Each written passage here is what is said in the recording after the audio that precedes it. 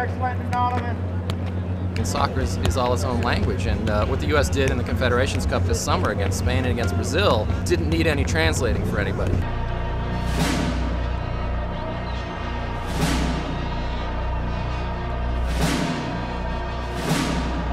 It's such a high. I mean, to cheer for your country. Cheering for the U.S., there's nothing like it. There's hope and light for the United States. On June 24th, 2009, 23 American soccer players faced the #1 team in the world in the semifinals of the FIFA Confederations Cup. Spain were undefeated in 35 straight matches, a streak that lasted over 2.5 years.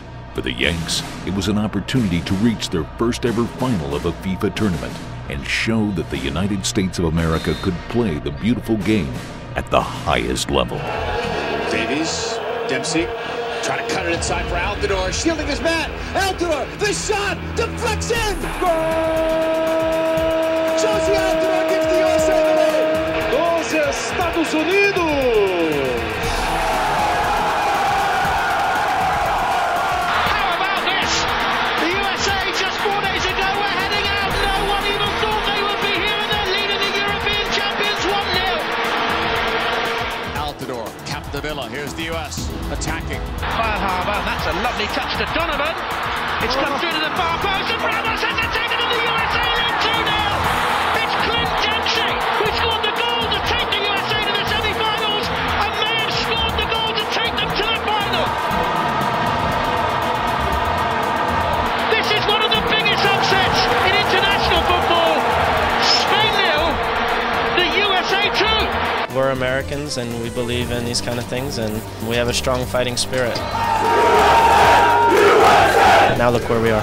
We're going to see a USA World Cup, and places like this, the streets of America, will be crowded with soccer fans.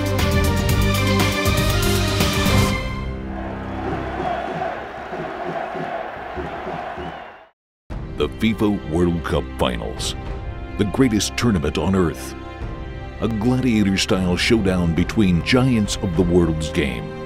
Taking place once every 4 years since the first World Cup Finals in 1930, the tournament has only been won by 7 nations. In these countries, like the rest of the world, soccer is more than a game. Soccer is life. Soccer is culture. Soccer is religion. Could the upstart United States, with their second place showing in the 2009 Confederations Cup, shock the planet again by winning the 2010 World Cup on these very same fields? Win the World Cup? No. You win? No. No. They never had a chance to win the World Cup. Sorry, no way. Maybe the next one. I can win the World Cup before the United States. But not this one. No tiene equipo para enfrentar a Brasil, Alemania. World Cup is another level. I don't think you have a chance of winning the. Can do a good job, but not winning it. They should be playing baseball. But while skepticism is high, a belief in the Stars and Stripes has inspired a cult-like following.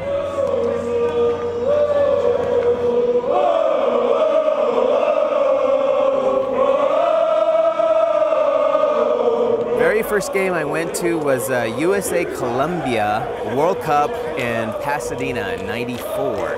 I remember seeing there was a small group of people out in a corner. There must have been maybe 10 people, and that was the initial startings of Sam's Army. And I remember seeing that. I remember wanting to be back there. I remember it was nice to have nice seats, you know, to have good field position, but I remember wanting to be part of something bigger. After the 1994 World Cup, the U.S. men's national team has risen to prominence, and its supporter following is turning the cult into a religion. God's game. Come on, US. God's game. We have gone from being a group of college kids to a group of professionals, and we have shown the world that we can play their game. United States are turning world football upside down again. It's come a long way, because 25 years ago when I came to this country, I couldn't even find a game on TV.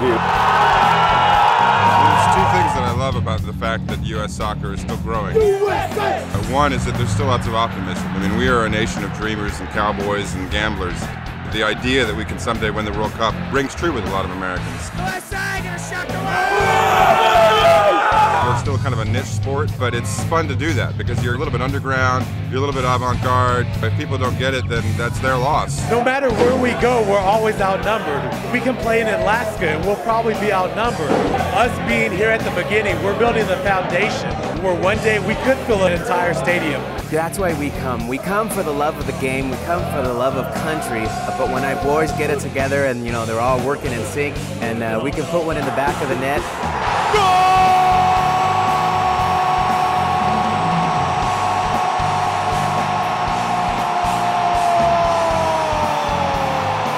You need to come. You need to come and feel and experience it.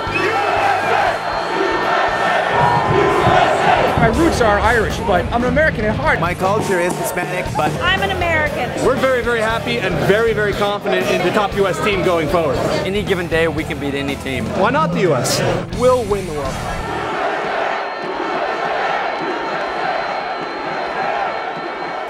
But to win the FIFA World Cup Finals, a country first has to qualify. Over 200 soccer-playing nations vie for only 32 spots in a 2-year elimination tournament known as World Cup qualifying. The United States was one of 35 North American and Caribbean countries vying for 3 spots in the 2010 World Cup Finals in South Africa. After the 2009 Confederations Cup, the U.S. men's national team faced the second half of the final round of World Cup qualifying. Sitting in second place in the 16 group with 3 of their final 5 matches away, the USA's road to South Africa would not be easy.